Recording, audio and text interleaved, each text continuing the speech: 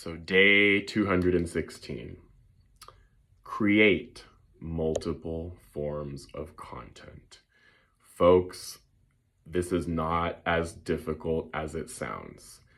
And the best example I know, I think it's one that a lot of us are going to identify with, but who's truly the master of doing this, one of the masters of doing this, is none other than Beyonce, Queen Bee.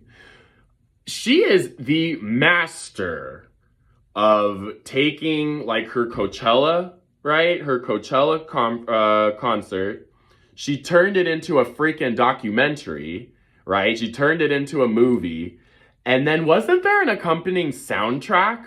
Or was that with Lion King? Where it was like Lion King, she dropped an album. She was the voice actress, right?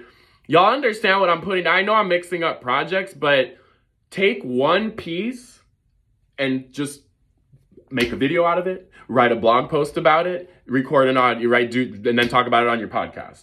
That, again, not quite like that, right? Like, obviously, take your own little spin on it, but you want to get in the habit of creating multiple forms of content because, as I've already talked about in an earlier video, people consume content differently.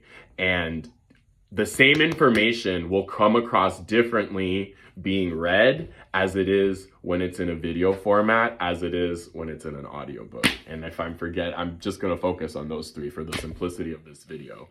But there's other ways of consuming content and media, but those are the top three: written, audio, and visual, for lack of a better term. Or I guess they're both visual. Anyway, y'all understand what I'm putting down. Here's the other thing.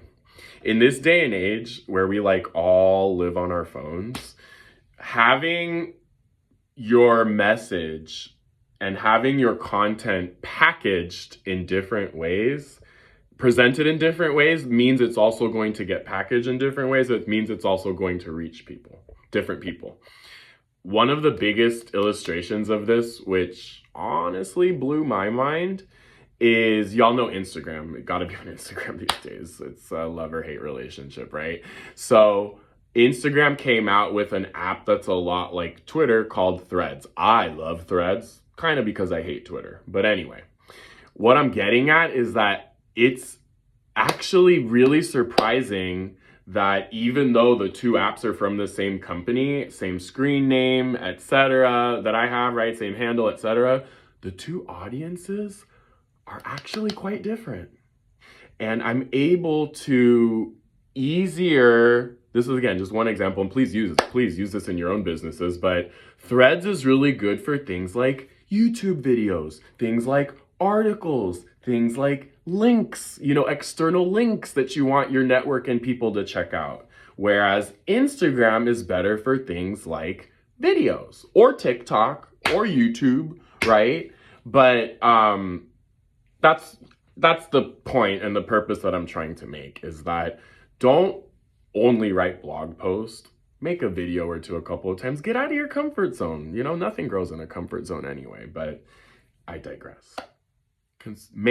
Create more than one kind of content.